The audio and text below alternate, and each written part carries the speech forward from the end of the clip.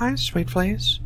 So for those of you that don't know me, for all you little humans out there who don't know who I am, my name is Ragna, and I am the head of human research on board this ship, and given that this ship is orbiting Earth, that pretty much puts me in charge of all of the research on board this ship. And as a result, I've been the one to conduct a lot of your, tests and studies so far. Some of you, most of you, probably already recognize me, and if you do, then hello, cuties. I wanted to set up this conference, just to kind of clarify some things. So, normally when we run these tests, when I run these tests, I'm the one asking you questions. But this time around, you are going to be the ones asking me all of the questions. So, that should just kind of help clarify a few things, right? We've been awfully curious about humans, your culture, and customs, and physiognomy, and just about everything regarding your planet. Everything that we can gather from, your experiences. But we have not been all that forthcoming about the wider galaxy as the AIS sees it. And I feel like that is an error on our part that I would like to, rectify, today. So, I'm going to answer any and all of your questions, okay? So just go ahead and put in your questions, and I will go ahead and try to read them in the order that I am receiving them, okay? Perfect. Okay, cuties. Well, it seems like I'm already getting a question in. What are my actual, practical rights? Like, if Blue Wolf McSquisher's actions ever came out, will there ever be repercussions for him? Blue Wolf McSquisher. Are you referring to Saris, the head of security on board this ship? Oh, you don't have to worry about Saris. His bark is worse than his bite, I promise. But to answer your question, I think I understand what you're referring to, though, and implying, and it's something that I myself and some of the other researchers have already suspected, but we don't have any clear evidence of, being the head of security. He's the one who has access to all of the security footage, so if he's doing anything untoward towards you little cuties, there's no real way for us to know, unfortunately. We suspect that he may be squishing them when he finds them escaped from their, containment units, which would be a real shame because, we are trying to preserve your species and your lives. We didn't bring you on board this ship to hurt you or, do any harm to you, okay? If, hypothetically, we find concrete evidence that Saris is bringing harm, let's say, to any of our specimens on board this ship, his contract would be terminated.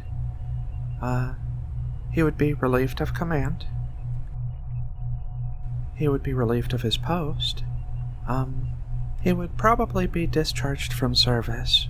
And I suspect he would probably even face some, legal repercussions he might have to do sometime. Because that's murder. Which, even for a life form as teeny tiny as you little cuties are, you're still people. And, murdering an innocent person is still a crime. According to the AIS, whether they are members of the AIS themselves or not, right? You don't have to be a member species of the AIS for your life to be precious to the AIS, if that makes sense. So that's what would happen if anything were to be captured concretely. So I hope that clears that up. Next question, what kinds of food do your societies consider staple foods?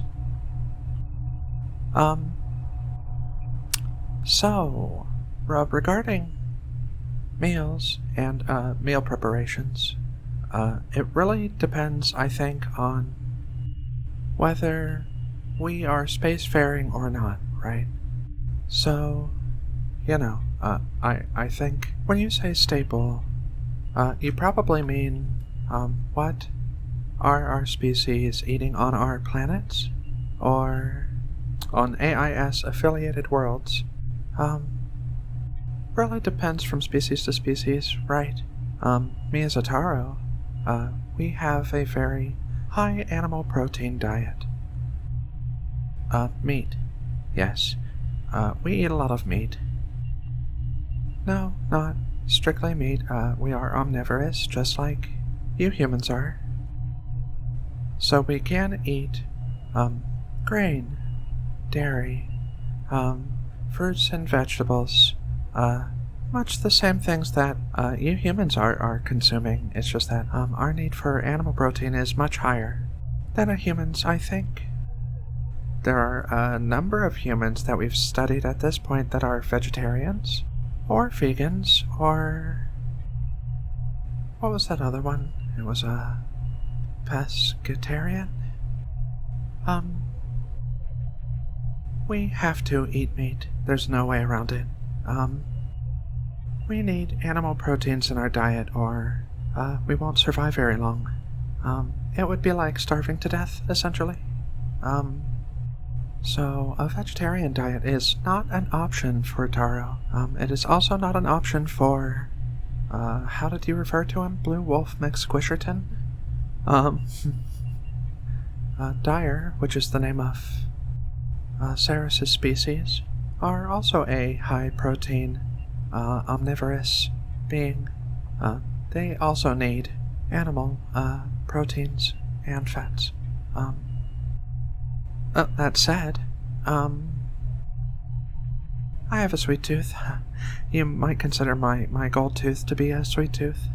I love sweets, and in fact, I really love confectionaries from Earth. We've gathered quite a number of recipes from Earth and have done our best to try and simulate them with our own ingredients, and very tasty. You humans really know how to make good pastries and good sweets, so... next question, what kind of music is super popular right now? You mean on Taro? Oh,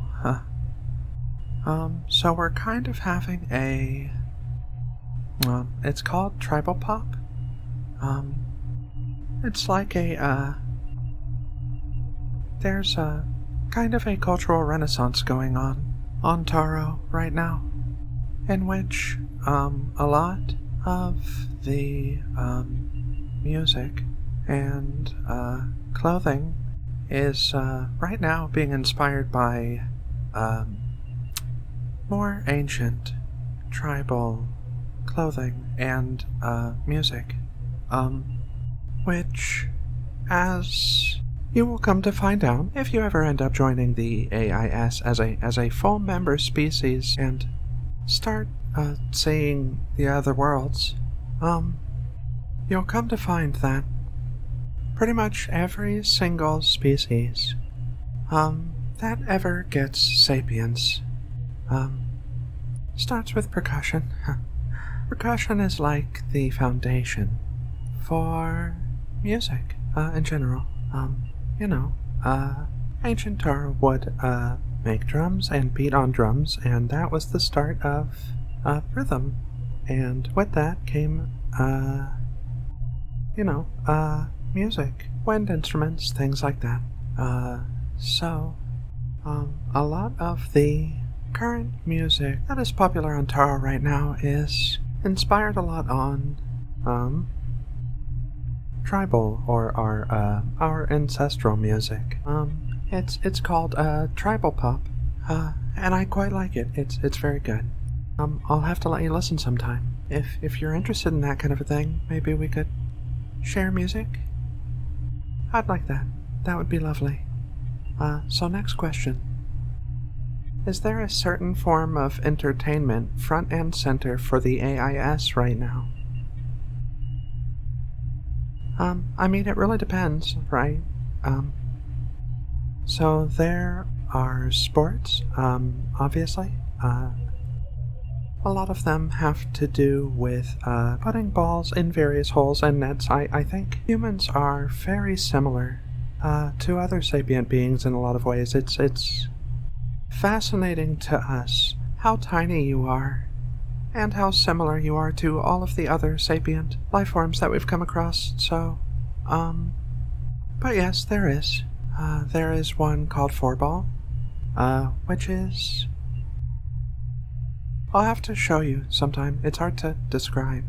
It's kind of like you have a sport called football, and then there's another sport on your planet called basketball, and this has a lot of elements of both, in a way.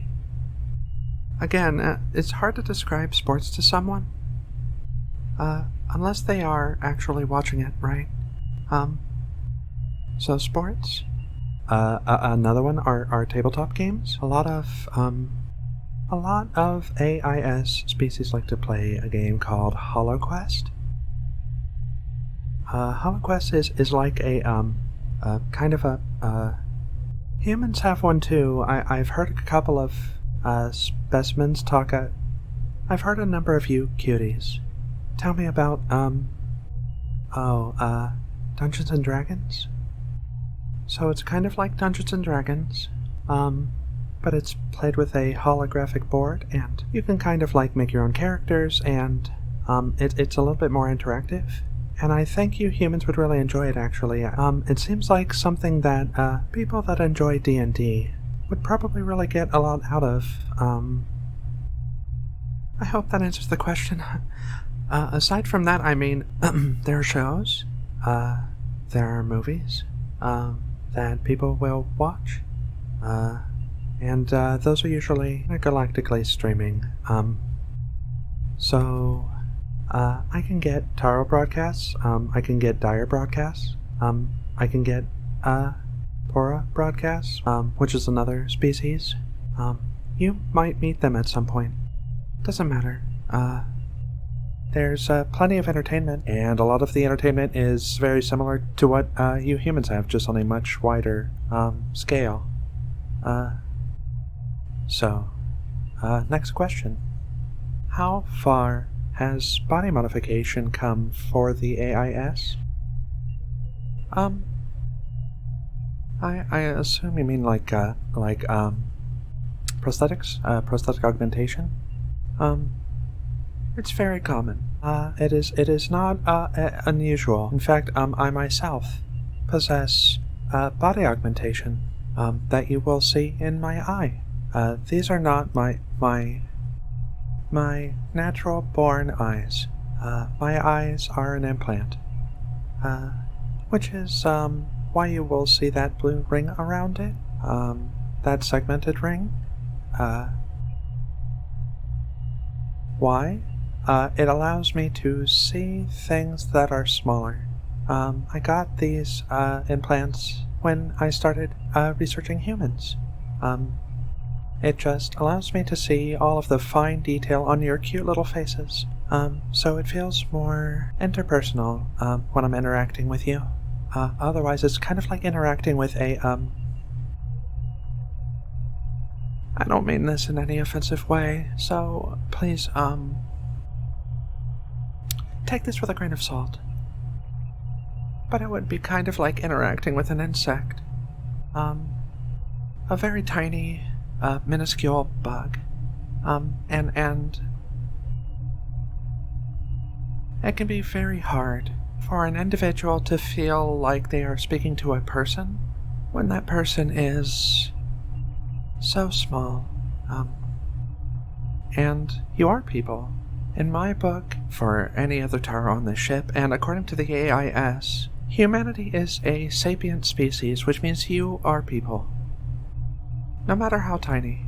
And so it just kind of helps me bridge the gap between us a little bit better. You can see all of my features in fine detail, and that's not fair. So, these are ocular implants that allow me to essentially zoom in and see your cute little faces. Okay. Aside from that, people have arms that are, prosthetics. Ear implants. I mean, you name it. There's an implant for just about everything.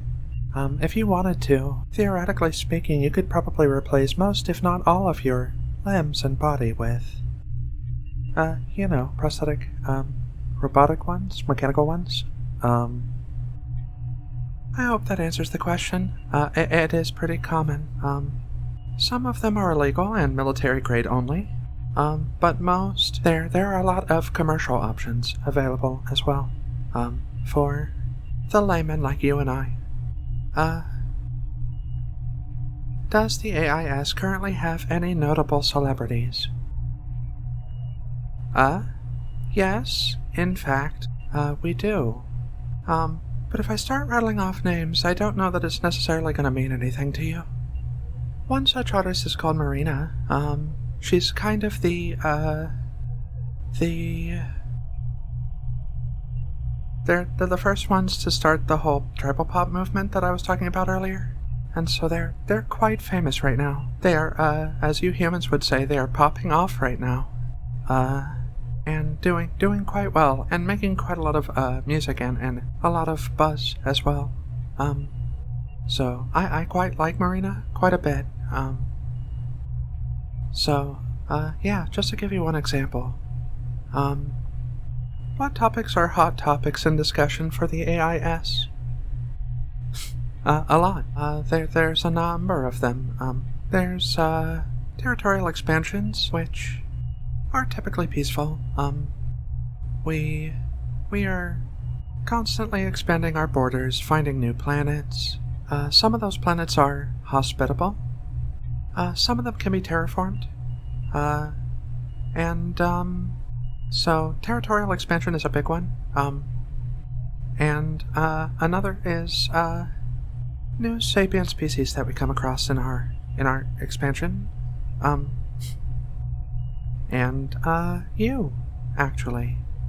Humans are a very, popular topic of discussion. Everyone has their finger on the pulse, as it were, when it comes to, your species. Even if you don't realize how famous you actually are. But, you are not a secret to the AIS, anymore. And the more data that we gather on you, articles are starting to come out. People are trying, foods, like I said, from Earth.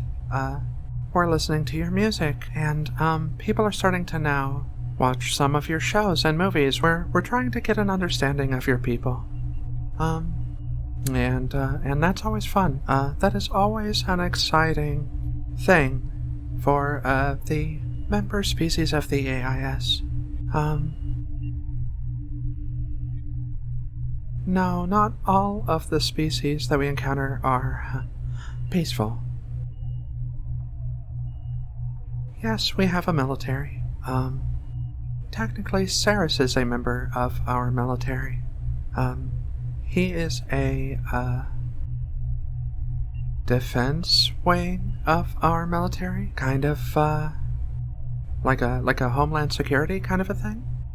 So his specific branch of the military, is everything to do with, safeguarding me, and the other member species of the AIS. No, it is not only dire. Any member species of the AIS can join the, any branch of the military, which is regrettable. We don't want to, be engaged in wars with other species. That's not our MO. So, next question, I guess. What drove you to study alien races, particularly micros?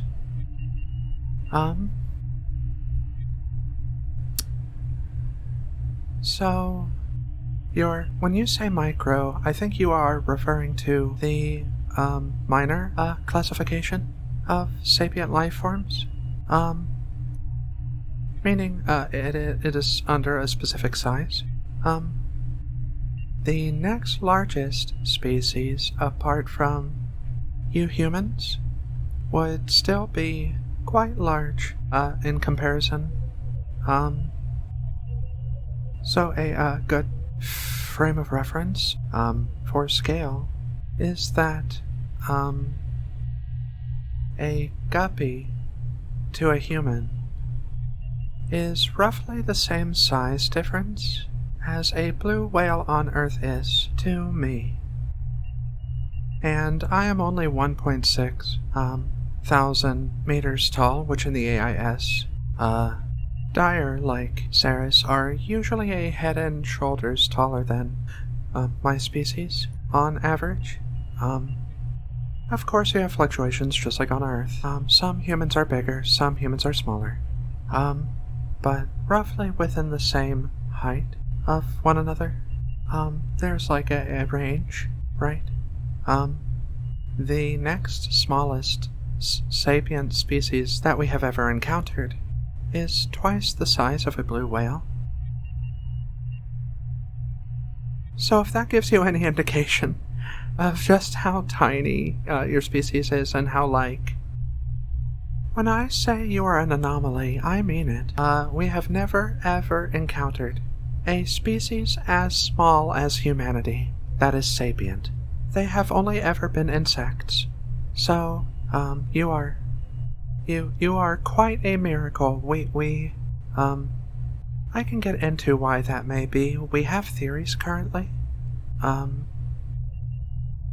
So hopefully that answers your question. So, why did I start studying humans specifically? It's exactly this. You are anomalous. And, I was already, a xenobiologist, so, I already enjoyed the study of new life forms coming into the AIS. And then when we discovered you, I don't know, it's a love at first sight kind of a deal. I was fascinated. I don't know what it was. Just something clicked, and I needed to know more. You piqued my interest in a way that, has never been piqued before. Maybe I just find you very cute. That could be a possibility as well. So, are there any theme parks outside of Earth? Do we have theme parks? Yeah, of course we do. Some of them are actual literal theme parks that have a specific theme to them. And others are, amusement parks, right? Certainly. Of course, there are plenty of places to spend AIS credits. That are beautiful, wonderful, resorts, spas, lodges, you name it. Things like you would find on Earth, but again, on a much wider scale. So you just have a lot more options, really. Would your race be able to survive the harshest conditions of most continents on our planet, like tornadoes, tsunamis, wildfires, etc.? So, that really depends. If the question is, would we survive if we were the size of a human? The answer is no. I am not immune to fire. I am not immune to drowning. I don't have gills. If I were submerged underwater too long, I would drown. The same as a human or any other land mammal. That is still true. If you're asking if I, at my current size, would survive natural disasters, yeah, absolutely. I would absolutely survive a tsunami, for example, because a tsunami would really only come up to about as high as the thickness of one of my footpads. So, a tsunami, just to give you an idea, would be not even as tall as one of these pads. So would I survive? Certainly. It would be a tickle. Would I survive a wildfire? I could probably stamp it out pretty easily. The problem is the collateral damage would be far too great for that to be a viable option. But theoretically speaking, if a wildfire were ravaging a part of your planet, I could probably just go and stamp it out a couple of times like a small fire. It wouldn't be a problem. Earthquakes, same thing. We're too large to be affected by disasters on Earth. Your planet is not big enough to cause us any real harm. Even the levels of radiation that you could produce would not be enough. A lot of AIS races, because of how long we've been spacefaring, have become more resilient to radiation, nuclear radiation. So even if hypothetically we're not talking natural disasters, but we're talking humanity discovers the Taro and tries to nuke us out of existence. Wouldn't do anything. Would not be enough. The impact would not be heavy enough. It might singe my fur a little bit. But it wouldn't be able to do any kind of lasting damage, the way that it was intended to do. So, I hope that answers that question. How was the AIS formed? That's a good question, actually. That's a very good question. So the founding member of the AIS is a species called the Akani. The Akani had a mission statement that was very simple. They wanted to chart the stars and travel to new and exotic planets, trying to find sapient life, other sapient life. And they advanced their technology to such a degree that they were capable of doing that. They happened upon the second member species of the AIS, which are the Dire, actually. The Dire were already spacefaring as well, but had not reached nearly as much distance with their technology as the Akani. They shared their technologies mutually. They agreed upon an accord with one another to help in a mutually beneficial way to continue to expand. And in doing that, they later found the Taro, the Pora, all of the other member species of the AIS, as we know it, and it's continuing to this day. So that's how the AIS was initially formed. The Alliance of Independent Systems was made by the Akani and the Dire as an alliance to remain independent of one another, but to work mutually together to benefit each other.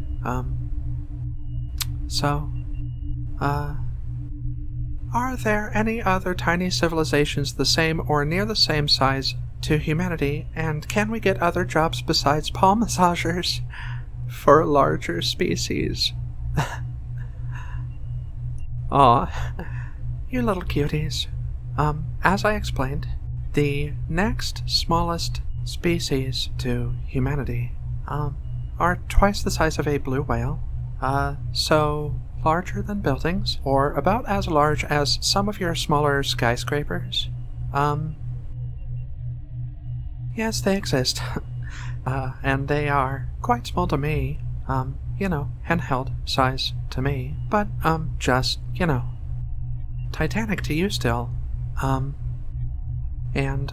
can you get other jobs besides paw massagers Of course, honey. Yeah, absolutely. There are plenty of, options and jobs available. I mean, think of all of the, detail work that needs to be done on, biology, for example. I mean, you could help with surgeries, quite a bit, and in ways that, we would normally need as small mechanical, like nanomachines in order to do.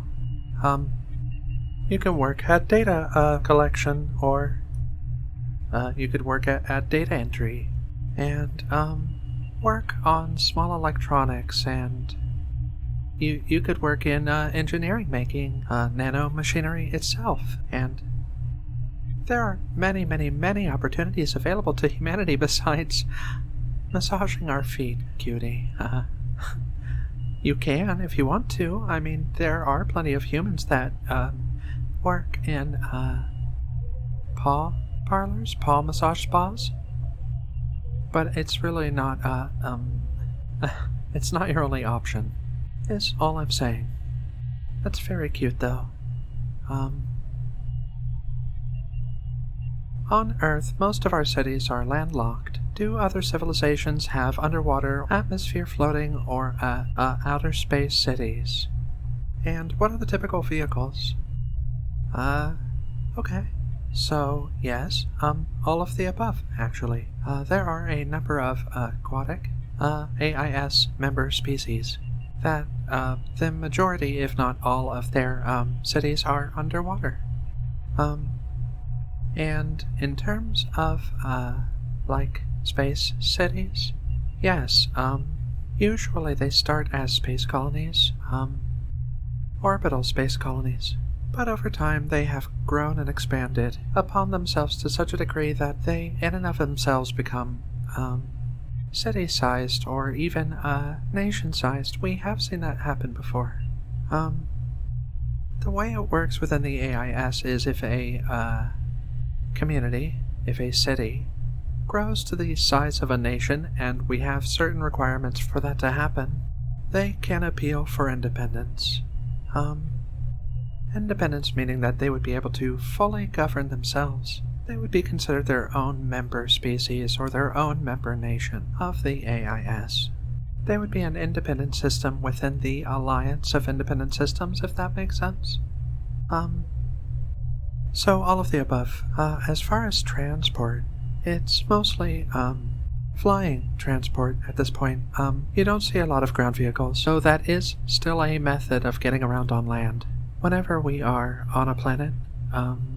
But aerial, transportation is the vast majority of transportation that you will find, and spacefaring vehicles are also quite common. So if humanity starts traveling the stars, would the AIS accept us even with our smallness? We're already thinking of accepting and have already started accepting humans in small waves. We are slowly trying to warm you up to the idea of your existence in the wider intergalactic sense of the word. If you became spacefaring, that would certainly help things along quite a bit.